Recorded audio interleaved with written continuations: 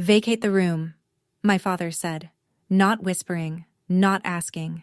The same evening, my brother showed up with 2 suitcases and a pregnant wife I'd met exactly once. Tiffany stood behind Marcus, scanning my bedroom. The room I'd painted myself. The shelves I'd mounted with my own drill, every square foot paid for with my own money, and added, "It would be better if you left the house altogether." My father nodded. My mother looked at the floor. Nobody said another word. I left. I packed everything I owned into 3 cardboard boxes and walked out of a house that had my name, and only my name, on the deed. But what my family didn't know, what they'd discover just a few days later, made Tiffany call me at 11 o'clock at night, voice shaking. "It's not true. Tell me it's not true." Before I go on, please take a moment to like and subscribe, but only if you genuinely connect with this story. Let me know in the comments where you're watching from and what time it is there. My name is Sabrina Brennan. I'm 29 years old and I'm a licensed civil engineer in Massachusetts. Now let me take you back 4 years, to the day I signed the papers on a house I thought would keep my family together. I remember the pen. It was a cheap blue ballpoint, the kind you grab from a cup on a receptionist's desk, and I used it to sign the most expensive document of my life. March 14th, 4 years ago, in a title company office on State Street in Springfield. The notary stamped the deed of trust, slid it across the table, and said, "Congratulations, Ms. Brennan, it's all yours." All mine. My name, Sabrina Brennan, was the only name on that deed. No co-signer, no co-owner. Just me, a 25-year-old with a freshly minted PE license, a starting salary of $72,000, and an FHA loan for $234,000. Monthly payment, $2,340, due on the first of every month for the next 30 years. The house was more than I needed. 2 stories, a half-finished basement, 3 bedrooms, a backyard with a maple tree that dropped leaves all over the driveway every October. I didn't need 3 bedrooms. I needed 1. But I bought a house with 3 because my father, Gerald Brennan, 58, retired plumber with a bad back and a disability check of $1,480 a month, had just sold the mobile home he and my mother had lived in for 11 years. They had nowhere to go. So I made room. The deal was simple. They'd move in, contribute toward utilities, and we'd be a family under one roof. That was the deal. Verbal. No lease. No written agreement. Just trust. They moved in the following week. My mother brought her ceramic rooster collection. My father brought his recliner and his opinions. Neither of them ever paid a single utility bill. But that wasn't the worst part. The worst part was that I spent 4 years believing that if I just kept paying, kept maintaining, kept proving, they'd eventually see what I was worth. They never did. Let me tell you about the hierarchy in the Brennan household because it'll explain everything that comes next. Marcus Brennan, my older brother, 33. Handsome in the way that gets you a second date but never a second promotion. He sold used cars at a dealership called Riverside Motors and talked about it like he was closing mergers on Wall Street. My father adored him. Gerald Brennan had one belief that governed his entire worldview. Sons carry the name, daughters carry the groceries. Marcus was the future. I was the infrastructure.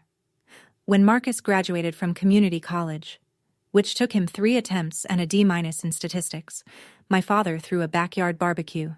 16 people. Burgers, beer, a banner that said "Proud of You," son in block letters. When I graduated with honors from the civil engineering program at UMass Amherst, cum laude, Dean's List 7 out of 8 semesters, my father sent a text message. 4 words. "Good for you, kid." No period, no exclamation point, no barbecue. When I passed the PE exam, a license that fewer than 25% of engineering graduates achieve, my mother said, "That's nice, honey. Your brother just got promoted to senior sales." Senior sales? At a used car lot? With $38,000 in credit card debt. But Gerald didn't know about the debt. Or maybe he did, and didn't care. What I know for certain is that he'd been quietly lending Marcus money from his disability check. $5,000 here, $3,000 there, and then turning around and asking me to help with the bills this month, sweetheart. The prescriptions are killing us. I always said yes, because that's what infrastructure does. It holds everything up, and nobody notices until it's gone. Then, one Friday evening, Marcus called with news that changed everything. Before I get to that phone call, I need you to understand the numbers, because numbers don't lie, and in my family, they were the only thing that didn't. Over 4 years, I paid 48 mortgage installments at $2,340 each. That's $112,320. Just principal and interest. On top of that, I covered the electric bill, which averaged $380 a month in Massachusetts, where winters are serious. Water and sewer ran about $90, internet and cable. My father insisted on the sports package, added another $200. Groceries I supplemented at roughly $150 a month because my parents ate every meal at home and never once pushed a cart through a supermarket. Add it all up. $147,360, conservatively, over 4 years, from my paycheck, into a house where I slept in one bedroom and asked nothing from anyone. I also painted the exterior twice. Did it myself? 2 weekends each time, up on a 20-foot extension ladder. I replaced the roof section over the back porch when it started leaking. $4,200 out of pocket. I installed a heating unit in the basement because my father complained the house was drafty downstairs. $3,100. My neighbor, Louise Vacate, 67 years old, lived next door for 11 years, saw all of it. Every ladder session, every bag of mulch. Every Saturday morning, I was out there with a snow shovel at 6 a.m. while my parents slept. Louise stopped me once, leaning over the fence. "Honey, where's your family when you're up on that ladder?" I smiled and said, "They're inside. That's kind of the point, so they can be comfortable inside." Louise gave me a look I didn't understand then. I understand it now. It was pity. Then Marcus called. "Sabrina, I'm coming home, and I'm not coming alone." Marcus's voice had that particular brightness it only got when he wanted something. I'd heard it before. When he needed a cosigner, I said no. When he wanted to borrow my car for a weekend that turned into 2 weeks. When he asked me to talk to Dad about sending him more money. This time, he was bringing Tiffany, his wife of 8 months, 7 months pregnant. They arrived on a Friday evening. 2 large suitcases, 3 boxes of baby supplies, and Tiffany, who stepped out of Marcus's car and looked at the house the way you'd appraise something at an auction. She was 30 years old, worked part-time as a receptionist at a dental office, and had a way of making every sentence sound like she was doing you a favor by speaking. My father was ready. I realized that within 30 seconds of their arrival, because the living room furniture had already been rearranged, a corner cleared, a space made. Gerald had known they were coming. He'd prepared. And he hadn't told me. But Tiffany took one look at the living room and shook her head. "This won't work. We need a real bedroom. I'm 7 months along." Gerald turned to me. Not asked. Turned. The way you'd turn to a piece of furniture that needed repositioning. "Vacate the room." "That's my room, Dad. I've been in that room for 4 years. And Marcus needs it now. He has a family. I am family. You know what I mean." Tiffany added her line, the one I already told you about. And then my mother appeared in the hallway holding 3 flattened cardboard boxes. The same brand, the same size. The ones I'd used to move in 4 years ago. She'd kept them. 4 years she'd kept those boxes in the garage, as if she'd always known this day was coming. I told myself it was temporary. 1 week, maybe 2, until we figured things out. That's what Gerald said. "Just temporary, Sabrina. Just until things settle." So I moved downstairs. To the basement. The one I'd spent $3,100 heating. Bare concrete walls. A single overhead bulb on a pull chain. A mattress I dragged down from the guest closet, set directly on the floor because there was no bed frame. The air smelled like Mildite and old cardboard, and in the corner, a slow drip from a joint in the cold water pipe marked time with a rhythm that kept me awake the first night. Upstairs, Tiffany made herself at home. The next afternoon, she posted a photo of my old bedroom, now arranged as a nursery with a crib and pastel bunting, to her Instagram.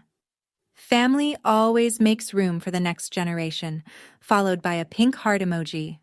212 likes, comments full of heart eyes and congratulations, and what a beautiful space. Nobody asked whose space it had been 24 hours earlier.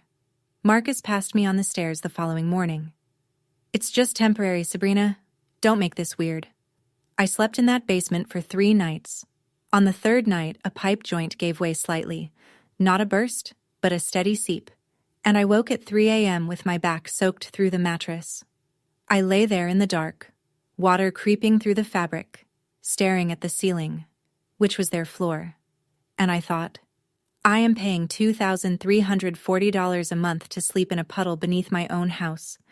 The next morning, I went upstairs to make coffee. Tiffany was sitting at the kitchen table using the espresso machine I'd bought. She looked up. "Oh, you're still here?" That was the first time in my life I understood that love and ownership are not the same thing. It happened on a Tuesday. I was sitting in my car in the parking lot at work, eating a granola bar, when my phone buzzed with a notification from my credit monitoring service. I'd signed up for it 3 years earlier. Not out of paranoia, but because my engineering brain likes tracking data. The alert read, "New lien detected on property at 147 Maplewood Drive, Springfield, MA." I read it twice, then a 3rd time. Then I put the granola bar down and opened the full report. A $95,000 mortgage lien. Filed through Greenfield Credit Union, a small community bank on Carew Street. The same one where my father had his checking account. The borrower's signature on the deed of trust addendum, Sabrina Brennan. Except I had never signed anything. I had never been to Greenfield Credit Union. I had never authorized a lien on my property. I pulled up the signature image on the PDF. It looked close enough to fool a casual glance. But I knew my own handwriting the way a musician knows their own instrument. The capital B in Brennan was wrong. I loop it tight at the top. This one swooped wide, the way you'd copy it from a photocopy. And the middle initial, my middle initial, E, for Elizabeth, was written in print. I always write it in cursive. Someone had traced my signature. From the used car lease I'd signed 2 years earlier, the one my father had helpfully photocopied for his records. I called the credit union. A manager confirmed the loan had been processed 3 months prior by a representative described as a family member of the property owner. The witness on the application was listed as Donna Brennan, my mother. $95,000. My name. My house. Without my knowledge. Without my consent. I sat in that parking lot with both hands on the steering wheel, shaking. Not from fear. From rage.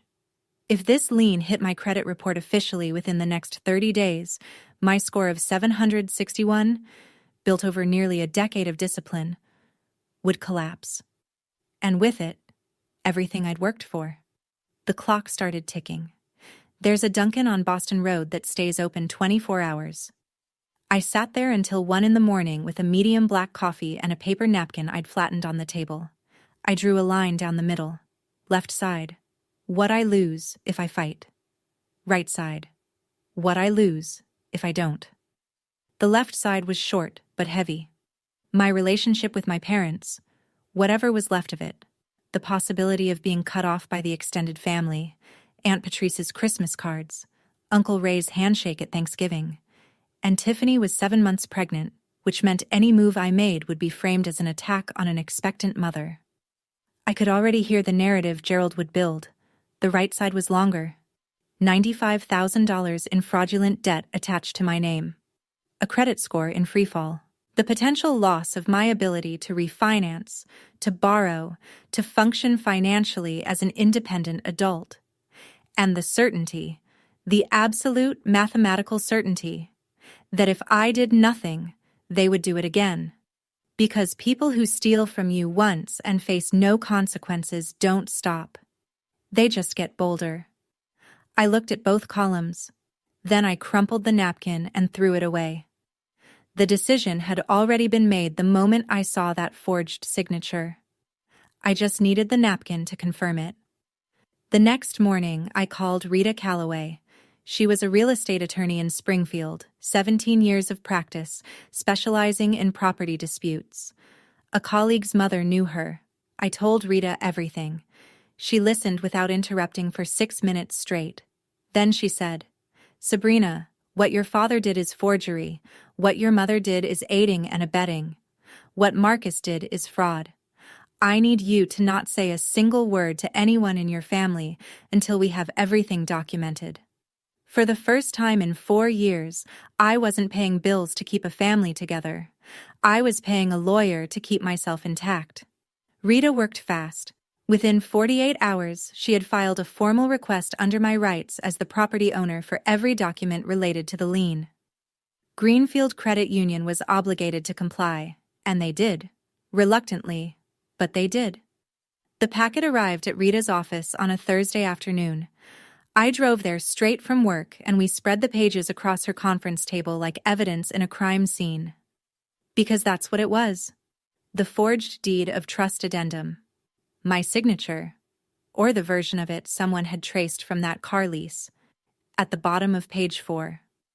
My mother's name as witness on page 5, in her unmistakable handwriting, Donna Brennan, written with the same green ink pen she'd used for 20 years. Then the transaction records. Rita had highlighted them in yellow. $38,000 transferred directly to a credit card account registered to Marcus G. Brennan. His entire outstanding balance, wiped clean in one wire. $22,000 to Riverside Motors. A down payment on a vehicle. $15,000 withdrawn in cash by Donna Brennan over 3 separate visits. And $20,000 sitting untouched in Gerald Brennan's personal savings account. A slush fund. A retirement cushion built on my name. $95,000, parceled out like Christmas gifts, while I slept on a wet mattress in the basement. Rita looked at me over the top of her reading glasses. They thought they were clever. But clever people don't forge documents on a property they don't own with a credit union that keeps digital records of everything. She also told me something I hadn't considered. The loan officer who'd processed the application, a man named Derek Gaines, had bypassed the standard identity verification protocol. No in-person confirmation, no video call. Just Gerald's word and a photocopied signature. "We have more than enough," Rita said. "Now, when do you want to move?" Day 12. That's how long it took from the moment I discovered the forged lien to the moment I walked out of 147 Maplewood Drive with 3 cardboard boxes, a duffel bag, and a plan. I'd signed a lease 3 days earlier on a studio apartment 8 minutes away, 900 square feet, clean, quiet, $1,100 a month. I signed it with the same pen I used for mortgage payments, and for the first time, the money felt like it was going somewhere that belonged to me. The packing took less than 2 hours. 4 years in that house, and my entire life fit into 3 boxes and a bag. Clothes, laptop, my PE license in its frame, the small toolbox I'd used to fix everything from the kitchen faucet to the porch railing, a photo of my grandmother Helen that I kept on my nightstand. Before I left, I placed a white envelope on the kitchen table. Inside, a photocopy of the deed of trust, my name, highlighted, and a single handwritten note on plain paper. "This house is mine. The mortgage is mine. Everything else is about to change." I drove away at 6:15 in the evening. The maple tree in the front yard was beginning to turn, the first edges of orange creeping into the green. I didn't look back. Gerald found the envelope at 7. Donna told me later what happened. He opened it, read the deed copy, read the note, and tore the paper in half. Then he said, "She's bluffing." He didn't know that the deed copy was just a copy. The original was locked in a safe deposit box at my bank, along with every piece of documentation Rita had certified. He tore up a photocopy and thought he'd won. I let him think that. He had 18 days left. The first week after I left, the Brennan family settled into my house like they'd inherited it. Tiffany posted an Instagram story from the living room. Finally, a house that feels like home. 187 views. She'd rearranged the furniture, hung a wreath on the front door, and placed a welcome mat over the threshold I'd paid for. Marcus mowed the lawn for what I'm fairly confident was the first time in his life and posted a selfie with the caption, "Dad duty starts early." Gerald controlled the narrative the way he controlled everything, decisively and without evidence. He called Uncle Ray. He called Aunt Patrice. He called his own mother, Helen. His version of events, as I later pieced together from multiple sources, went like this. Sabrina moved out. She wanted her own space, very independent girl. No mention of the basement, no mention of the eviction from my bedroom, no mention of the forged mortgage, just a proud father whose capable daughter had decided to spread her wings. My mother called me once that week, not to ask how I was, not to say she missed me. She called to ask, "Did you pay the electric bill before you left?" Gerald said the lights flickered. I let that sentence sit in silence for 3 full seconds before I answered. Meanwhile, Rita and I were working through our checklist. The fraud complaint to Greenfield Credit Union. Filed. Formal disputes with all 3 credit bureaus. Experian, TransUnion, Equifax. Submitted with supporting documentation. And the final piece. The 30-day notice to quit. Prepared and ready. Addressed to Gerald Brennan, Donna Brennan, Marcus Brennan, and Tiffany Brennan. Under Massachusetts law, occupants without a lease are entitled to 30 days written notice before eviction proceedings can begin. Rita scheduled the process server for day 17. The same day as Gerald's open house. 45 guests. Perfect timing. It started with the heating system. Day 5 after I left, the thermostat in the main unit glitched. A quirk I'd learned to fix myself by resetting the breaker and recalibrating the temperature sensor. It took 90 seconds if you knew what you were doing. Gerald did not know what he was doing. He called an HVAC company. They quoted him $2,800 for a diagnostic and potential part replacement. Gerald did not have $2,800. Day 7, the electric bill arrived. $340 for the month, standard for a Massachusetts winter with 4 adults running heat around the clock. The bill was still in my name because the transfer request I'd submitted hadn't processed yet. Gerald called me. "When are you coming back? The house needs you." Not, "We miss you," not, "Are you okay?" "The house needs you." As if I were a part of the plumbing. "I'm not coming back, Dad. You should contact the utility company directly. The account is under my name, and I've already submitted a transfer request." "What do you mean, transfer request?" "I mean the bills will be in your name starting next month, or whoever's name you'd like." 10 seconds of silence. Then he hung up without another word. That evening, Tiffany sent me a text. I still have it, word for word. "This is really selfish timing. I'm due in 8 weeks." Selfish. That word. It's remarkable how precisely selfish maps onto inconvenient for me. I'd paid $147,000 into that household over 4 years. I'd heated the basement at my own expense so the house would be comfortable. I'd replaced the roof so the rain wouldn't touch them. And the first time I stopped, the very first time I wasn't useful, I was selfish. I didn't respond to the text. Some sentences don't deserve an audience. My mother called at 9 on a Wednesday night. She was crying. The practiced, measured kind of crying that rises and falls at convenient intervals, the kind that sounds like grief but operates like a crowbar. "Your father is stressed. His back is worse. You know he can't handle the house alone." "Mom, I maintained that house alone for 4 years. Dad was there the whole time." "That's different. You're young. You're strong. I'm also the person whose signature was forged on a $95,000 mortgage. Did you want to talk about that?" The crying stopped. Not tapered off. Stopped. Like someone had pressed pause on a recording. A long silence. Then, very quietly, "Your father said it was for the family. It was for Marcus's credit card debt. I have the bank records, Mom. $38,000 to his card. $22,000 for a car. You personally withdrew $15,000 in cash over 3 visits. Do you want me to read you the dates? You're going to tear this family apart? The family was torn apart the night you put 3 cardboard boxes outside my bedroom door. She hung up. I sat alone in my studio that night with the comparison sheet Rita had printed. My real signature on the left, the forgery on the right.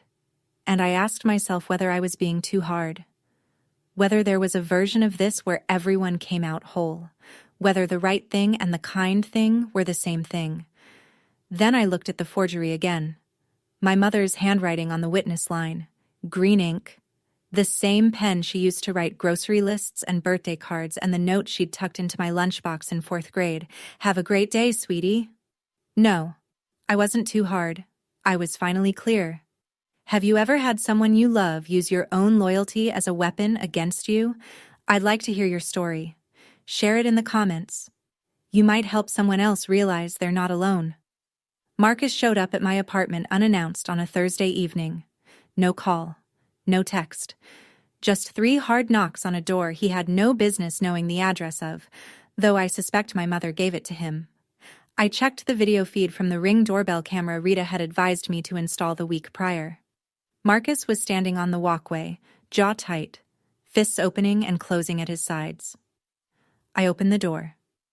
What the hell are you doing, Sabrina? Dad says you're threatening to kick us out? I'm not threatening anything. I'm exercising my legal rights as the property owner. Property owner? He laughed, a short, ugly sound. You think a piece of paper makes you better than family?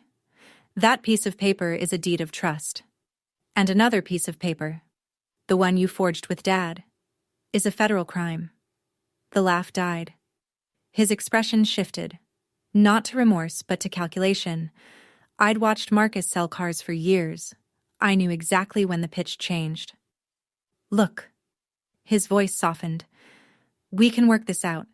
Tiffany's due in 8 weeks. You can't do this to her. I'm not doing anything to Tiffany. I'm undoing what was done to me. If you go through with this, you'll never see your niece or nephew. The words landed, but they didn't stick the way he'd intended. He was using a child, an unborn child, as a bargaining chip. The same way Gerald used family as a justification for theft. That's your choice, Marcus, not mine. He left. Slammed the door hard enough to rattle the frame. The Ring camera captured everything. His face, his voice, his threat, the timestamp, 7:42 p.m. Rita would have the footage by morning. Some people build walls with bricks. I was building mine with evidence. Gerald Brennan might not have been good with money, but he was masterful with a telephone. Within 48 hours of Marcus's visit, my father had called every branch of the family tree. Uncle Ray in Chicopee, Aunt Patrice in Holyoke. My grandmother Helen, 82 years old, in her assisted living apartment in Northampton. Cousins I hadn't spoken to since Thanksgiving 3 years ago. He called them all, and he told them all the same story. Sabrina abandoned her family. Sabrina is threatening to put her pregnant sister-in-law on the street. Sabrina has changed. The messages started arriving like a coordinated strike. Uncle Ray. Think about what you're doing, kiddo. A cousin I barely knew. Family first, Sabrina. Always. Aunt Patrice called directly, voice cold. Your grandmother is crying. I hope you're happy. I tried explaining to Patrice about the forged mortgage, the $95,000, the bank records, the signature that wasn't mine. I don't believe that, she said. Gerald would never. That sentence, Gerald would never, was the foundation of my father's entire strategy.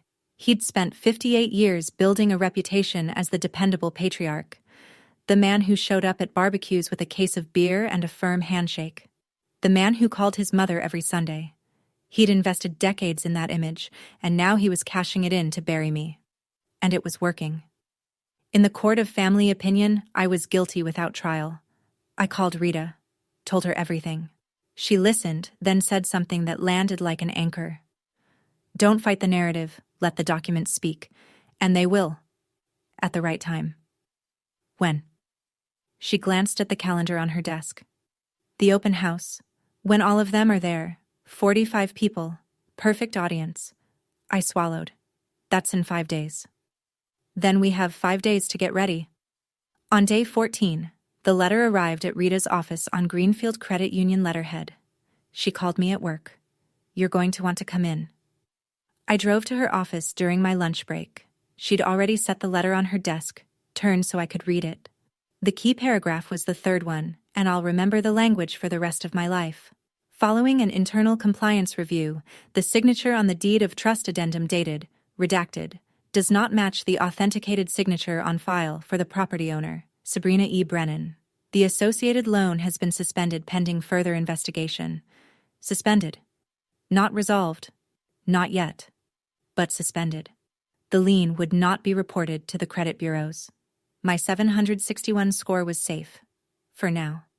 Rita continued. The loan officer who'd processed the application, Derek Gaines, had been placed on administrative leave effective immediately. The bank's compliance team had flagged multiple procedural violations. Most critically, the absence of in-person identity verification.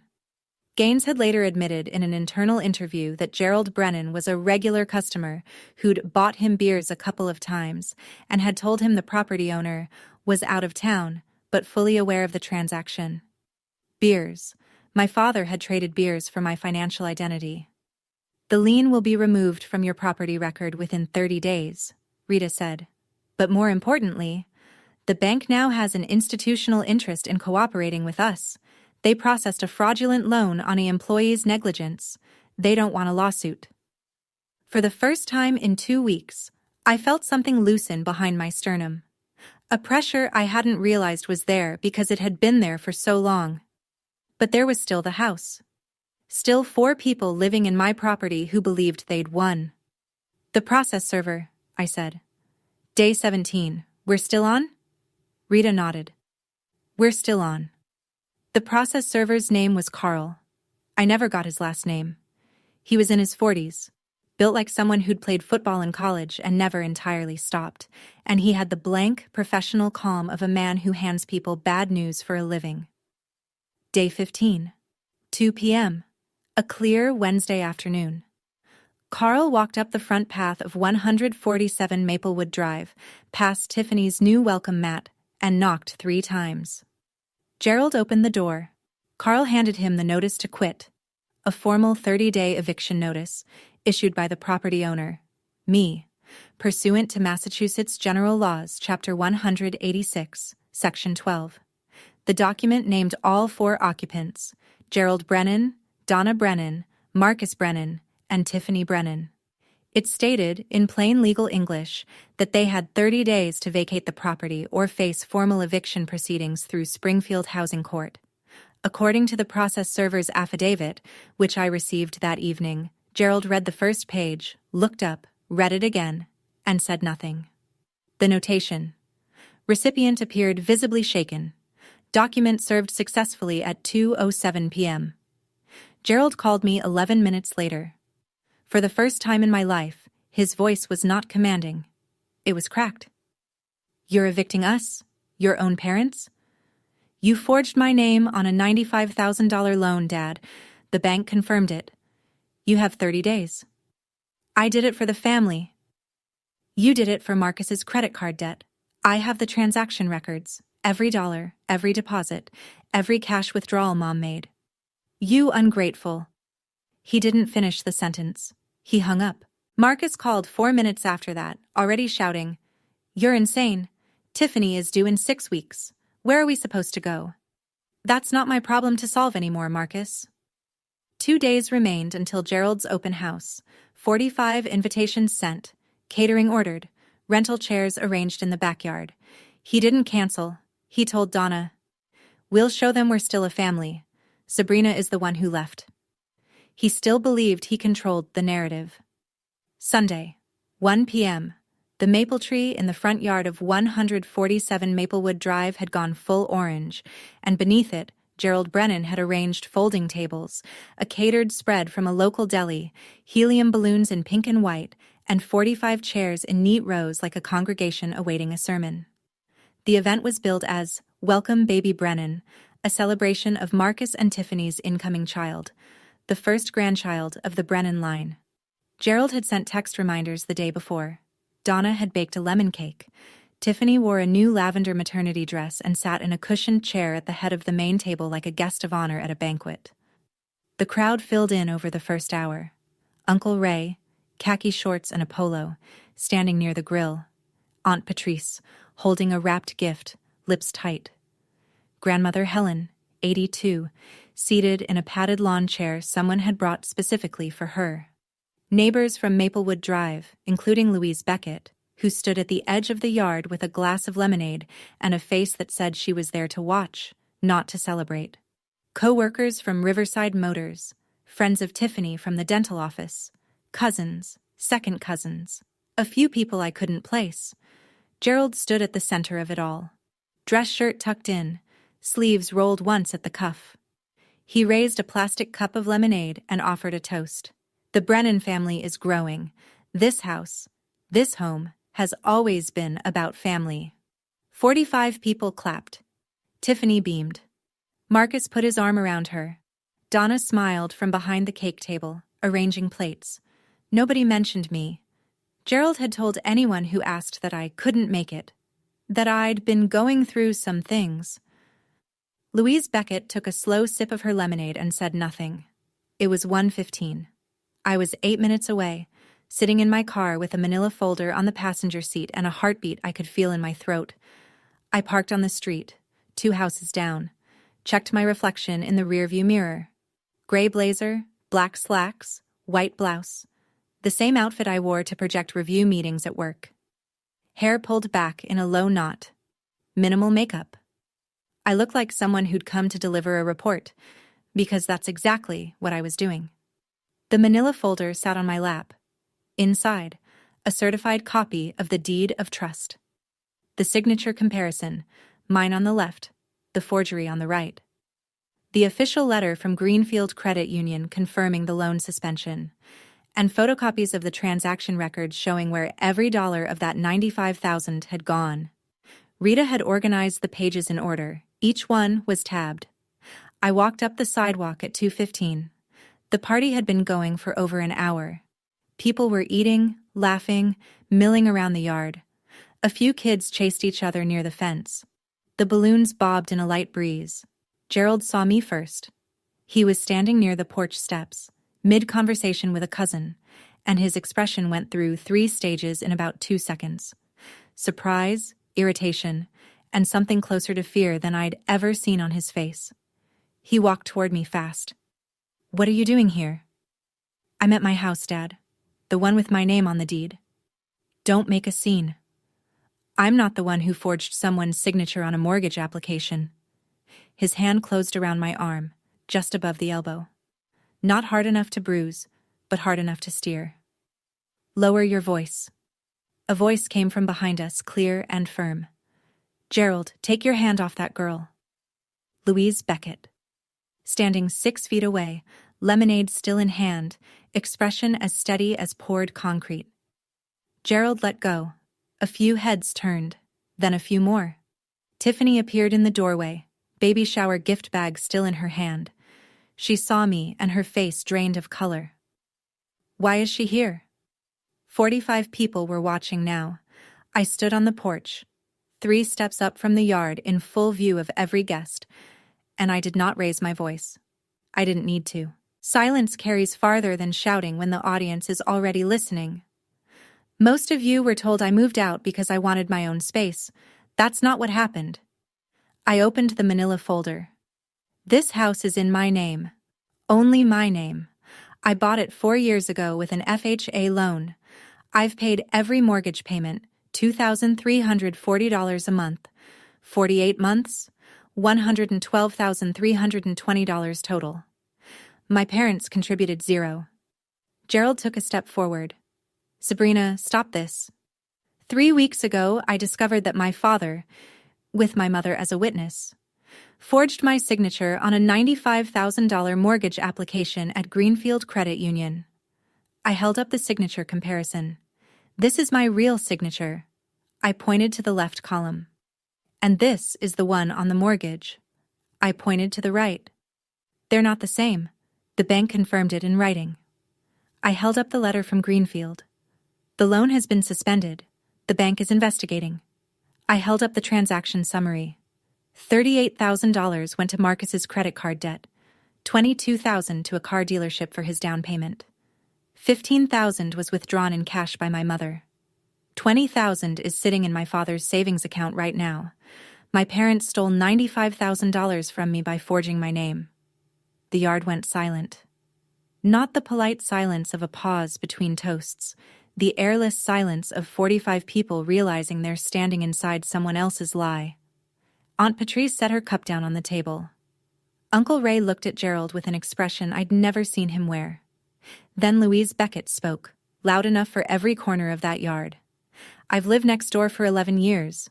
I watched this girl mow that lawn, paint those walls, shovel that driveway. Alone. Every single time. And they had the nerve to put her in the basement. I set the folder on the porch railing.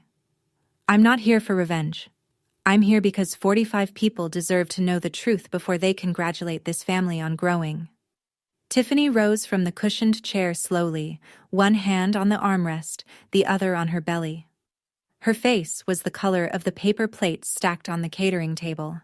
She looked at Marcus the way you'd look at a stranger wearing your husband's clothes. Tell me this isn't real. Marcus didn't move. His eyes were fixed on a spot on the ground somewhere between his shoes and the edge of the lawn. His mouth opened, then closed. Marcus. Tiffany's voice went up an octave. Tell me the $38,000 wasn't true. Tell me you didn't use stolen money to pay off your debt. It's complicated, Tiff. It's not true. Tell me it's not true. Her voice broke across the yard like glass on tile. A child near the fence stopped running. Uncle Ray set his plate down. Grandmother Helen, seated in her padded lawn chair, gripped both armrests and stared at her son with the kind of stillness that precedes a verdict. Gerald tried. He stepped forward, arms out, the patriarch reassembling his stage. Everyone, this is a family matter. Uncle Ray cut him off. A family matter?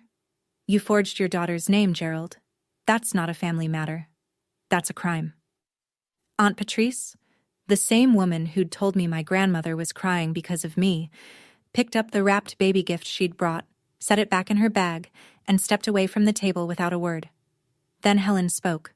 Her voice was thin from age but harder than anything I'd heard that afternoon.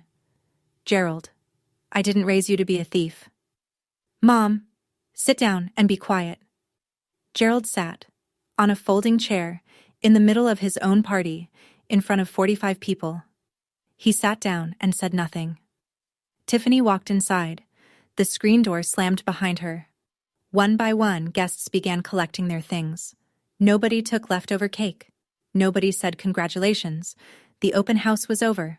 The house was mine. An hour later, the yard looked like the aftermath of something canceled mid-sentence. Folding tables still up, paper plates caught in the grass, pink and white balloons tethered to the mailbox, bobbing in a wind that no longer had a party beneath it. I sat in my car at the curb, engine off, hands on my knees. I'd expected to feel something sharp, triumph, relief, the clean snap of justice delivered. Instead, I felt hollow, like I'd just pulled a tooth that had been rotting for years. Necessary. Correct.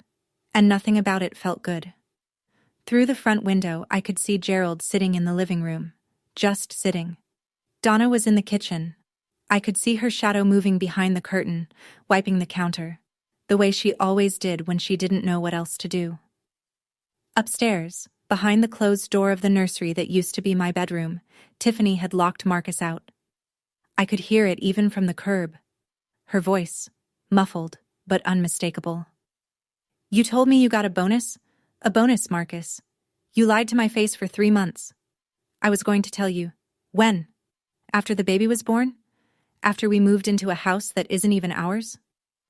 A car pulled up behind mine. Uncle Ray. He got out, walked to my window, and stood there for a moment before he spoke. I owe you an apology. I believed your father. I shouldn't have. Thank you, Uncle Ray. That means a lot. He nodded once, got back in his car, and drove away. Aunt Patrice left without stopping. But 48 hours later, she'd send a text, 2 paragraphs long, an apology she clearly rewrote several times. I started my car and pulled away from Maplewood Drive. In the rearview mirror, the balloon still floated above the mailbox, pink and white against a gray sky, celebrating something that no longer existed. Tiffany called that night at 9:30. Her voice was different from what I expected. Not angry, not crying, just flat. The voice of someone who has run out of feelings and is now running on information. I need to know everything, every dollar, every lie. I hesitated. This was the same woman who'd told me to leave my own house, who'd posted my bedroom on Instagram as a trophy, who'd called me selfish for not paying the electric bill on a property she was occupying for free. But she was also 7 months pregnant and had just discovered that her husband had funded their life with stolen money. Whatever she was before, right now she was someone who deserved the truth. I sent her the transaction records. All of them. 15 minutes of silence. Then her name appeared on my phone again. The $22,000 for the car. He told me that was a dealer discount. He said he earned it. I'm sorry, Tiffany, I really am. Don't be sorry. I'm the one who told you to leave your own house. A pause long enough to drive through. I didn't know it was your house. Gerald told me it was a family property, passed down from your grandparents. That's what he said. It was never a family property. I bought it with my own money when I was 25.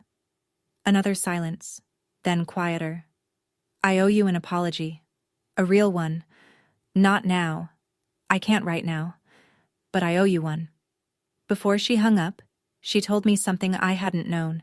Marcus also owed her $7,000. Money she'd lent him before the wedding. Money he'd sworn he'd pay back after the baby came. She was beginning to see the pattern I'd spent 4 years learning. Her last words. I'm calling my mom tomorrow.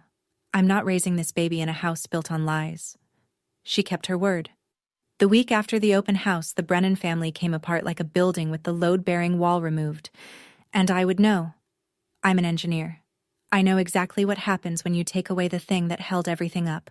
Tiffany moved to her mother's house in Worcester, an hour and a half east. Marcus called her 14 times the first day. She answered none of them. By the third day, her Facebook status changed from married to blank. Not single, not, it's complicated, just blank, which somehow felt louder than either. Marcus lost his footing. Without Tiffany, without the baby on the way narrative, he was just a 33-year-old man sleeping on the sofa in his sister's house. Except it wasn't his sister's house. It was just his sister's. Gerald, for the first time in Marcus's memory, turned on him. If you hadn't been in so much debt, none of this would have happened. Golden child, meet the cold side of the altar. Gerald himself was unraveling in slower, quieter ways. He canceled his weekly poker game for the first time in 12 years, told his buddies, family stuff. But 2 of the men in that group had been at the open house. They already knew. The phone calls Gerald used to receive, from cousins checking in, from friends wanting to grab lunch. Slowed to a trickle. Uncle Ray didn't call at all.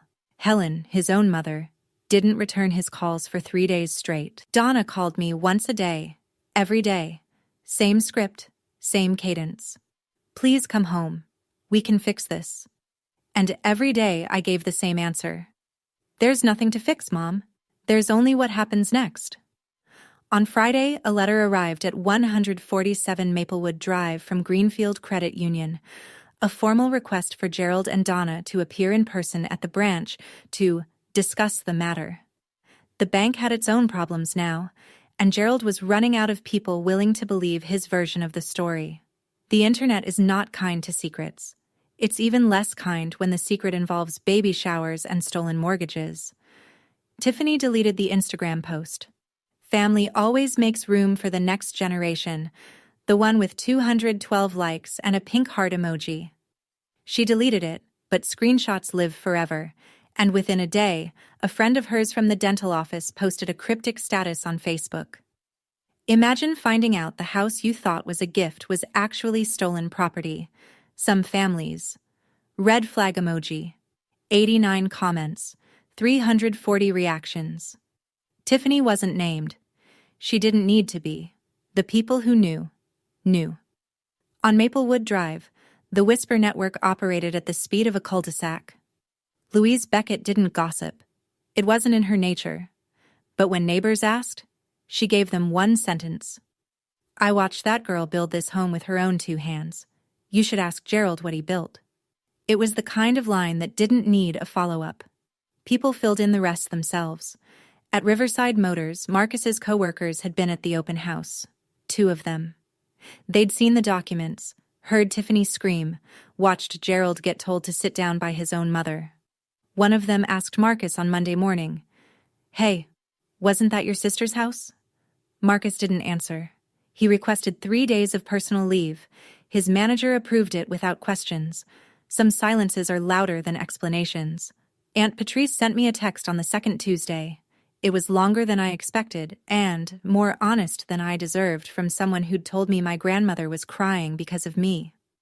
"Sabrina, I am sorry. I should have listened to you before I judged you. I always wondered how Marcus afforded that new car. Now I know. I hope you can forgive me in time." I didn't reply right away, but I saved the message. Some apologies need to sit before you know what they weigh. Day 30. The eviction notice expired on a Tuesday morning. No extensions, no negotiations, no last-minute phone calls that changed anything. Rita sent a final formal letter to the house. If all occupants had not vacated by end of day, we would file for a court-ordered eviction through Springfield Housing Court. The letter was addressed to Gerald. It arrived by certified mail. He signed for it. That signature, at least, was his own. Gerald called me that afternoon. His voice was different. Not angry, not commanding, not even the cracked version from weeks ago.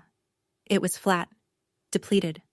The voice of a man who has run out of people to blame and hasn't yet learned how to look in a mirror. "Where are we supposed to go, Sabrina?" "I've already looked into this for you. There are 2 apartments available on Elm Street. $1,200 and $1,400 a month. Your disability check covers rent. Mom can apply for part-time work. That's your starting point." Silence. "I'm not throwing you out with nothing, Dad. I'm telling you that you can't live in a house you stole from me. There's a difference." "I didn't steal." "Yes, you did." More silence. Then, "Okay." That was it. One word. The smallest, heaviest word he'd ever spoken to me. Donna started packing the next morning. Gerald sat in his recliner and watched. Marcus, who'd already moved in with a friend 2 weeks earlier, came by to collect the last of his things. He carried 2 boxes to his car without making eye contact with anyone. Day 33. Gerald and Donna moved into the $1,200 apartment on Elm Street. 1 bedroom, street level, a fraction of the space they'd occupied for free in my house. Gerald didn't say a word as he turned the key in the lock for the last time. Donna lingered at the front door, looked back at the house, then looked at me standing by my car. She nodded, small, slow, and walked to the passenger side of Gerald's truck. I handed my father 2 apartment listings because I couldn't hand him nothing. Even after everything, I couldn't be what he was to me. The legal aftermath was quieter than the personal one, but no less final. Greenfield Credit Union completed its internal investigation 6 weeks after the open house. The result? The $95,000 loan was voided in its entirety. The lien on 147 Maplewood Drive was removed from all property records. The fraudulent entry on my credit file was expunged through formal disputes with Experian, TransUnion, and Equifax. My score, which had never actually dropped, thanks to Rita's preemptive action, climbed from 761 to 774 once the lien removal was reflected. Derek Gaines, the loan officer who'd processed the application on Gerald's word and a few beers, was terminated. The bank sent me a formal apology letter and offered a $5,000 goodwill compensation. I declined the money. Instead, I asked for a written commitment that Greenfield would implement mandatory in-person identity verification for all future mortgage applications. They agreed. Rita had the commitment notarized. The harder question came next: criminal charges. Rita laid it out plainly. What Gerald and Donna had done, forging a signature on a financial instrument, constituted forgery under Massachusetts General Laws, Chapter 267, Section 1. What Marcus had done, knowingly receiving proceeds, was fraud. I had standing to file a criminal complaint. I chose not to. Not because they didn't deserve it. Because I didn't want to spend 2 years in courtrooms revisiting the worst thing my family had ever done to me. I'd already won. I had my house, my credit, my name back. I didn't need a conviction to know I was right. But Rita sent Gerald one final letter. Ms. Brennan has chosen not to pursue criminal charges at this time. This decision is a courtesy, not an entitlement. Any future unauthorized use of Ms. Brennan's identity or property will be referred directly to law enforcement. Donna told me later. Gerald read that letter twice, folded it, and put it in a drawer. He never mentioned it again. Some warnings don't need to be loud. They just need to be permanent. 2 months after the open house, I sat at my kitchen table in the studio apartment, the one I'd rented as a temporary escape, and wrote an email. Not to Rita. Not to the bank. To my family. All 3 of them. Gerald, Donna, Marcus. It took me 4 hours to get it right. Not because the language was complicated, but because I wanted every word to be a wall with a door in it. Firm enough to protect me, open enough to prove I wasn't them. The email had 3 sections. The first was financial. I will not provide financial support for rent, utilities, or personal expenses. If you need assistance, I can refer you to Community Resources in Springfield. The second was about contact. I am open to communication, but only under specific conditions. No guilt language, no demands, and no discussion of the house or the mortgage. If these boundaries are crossed, I will pause contact for 90 days. The third was about the future. If and when trust is rebuilt, through consistent, demonstrated change over time, not through words. I'm open to having a relationship, but it will be on different terms than before. I read it 6 times. Then I pressed send. Gerald never responded. Not a word. Not then. Not since. Donna replied 2 days later. I understand. I'm sorry, Sabrina. I truly am. Marcus responded 2 weeks after that. 4 words. I get it. Which was either growth or fatigue. I couldn't tell, and I decided it didn't matter. I'd spent 4 years asking myself if I was being too hard, too cold, too much. But writing that email, laying it out in plain language, setting terms I could point to, was the first time I felt like I was being exactly enough. Have you ever had to draw a line with someone you love? Not with anger, but with a document? How did it feel? Tell me in the comments. You might find you're not the only one holding that pen. 3 months after the open house, Tiffany gave birth to a girl. 7 pounds, 4 ounces. Lily Mae Brennan, born at a hospital in Worcester, near Tiffany's mother's house, in a delivery room that Marcus was not invited into. Tiffany sent me a photo the next morning. A tiny face wrapped in a white blanket, eyes closed, one miniature fist curled against her cheek. Beneath the photo, a message longer than any Tiffany had ever sent me. Sabrina, I said terrible things to you in a house that was never mine to claim. I was wrong.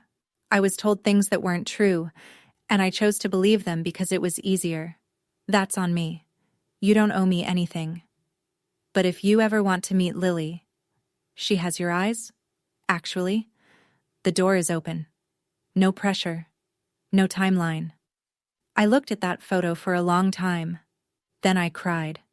For the first time since I'd left Maplewood Drive, I cried.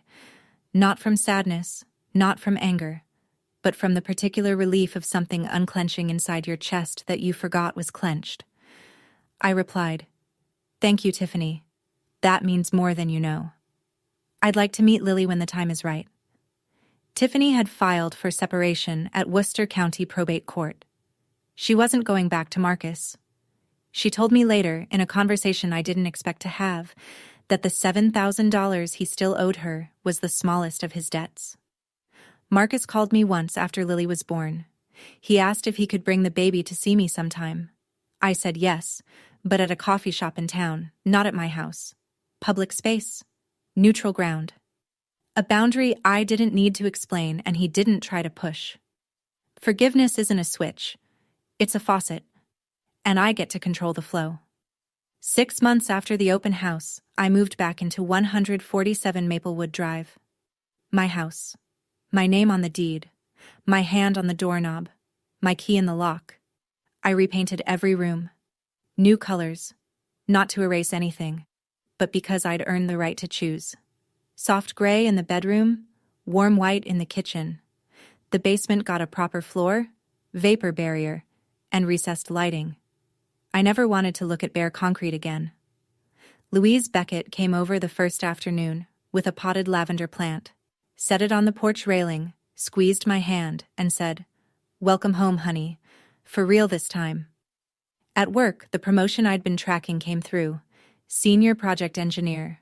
Salary, $104,000 a year. I signed the offer letter at the same desk where I'd first seen the credit monitoring alert that started all of this. I began writing. Not reports, words. A blog first. Personal essays about family systems, about the cost of being the reliable one, about what happens when you stop subsidizing people who've confused your labor for your love. The first post, the basement test, how I knew it was time to leave, was shared 4,200 times in its first month.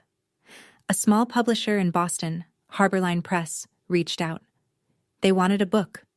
I signed the contract for The Deed is in My Name, Reclaiming Your Life from Family That Takes Too Much. Publication timeline, 8 months. Gerald and Donna live on Elm Street. He calls once a month.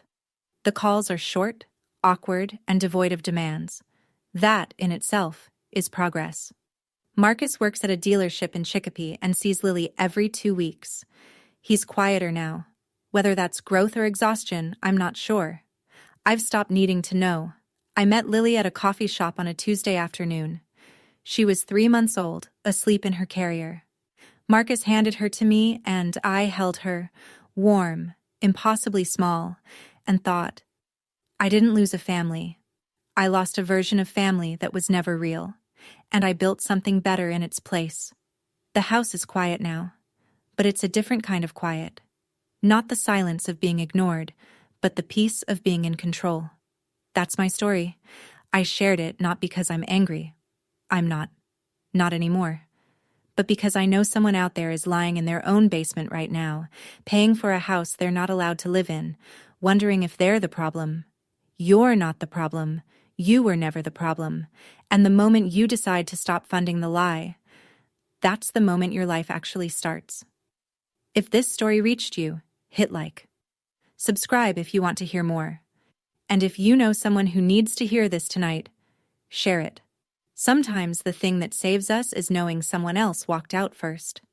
There's another part of this story I haven't told yet, about the conversation between Gerald and his mother Helen, the one that happened a week after the open house, the one Donna said changed something in him permanently. That story is in the video linked in the description. I'll see you there.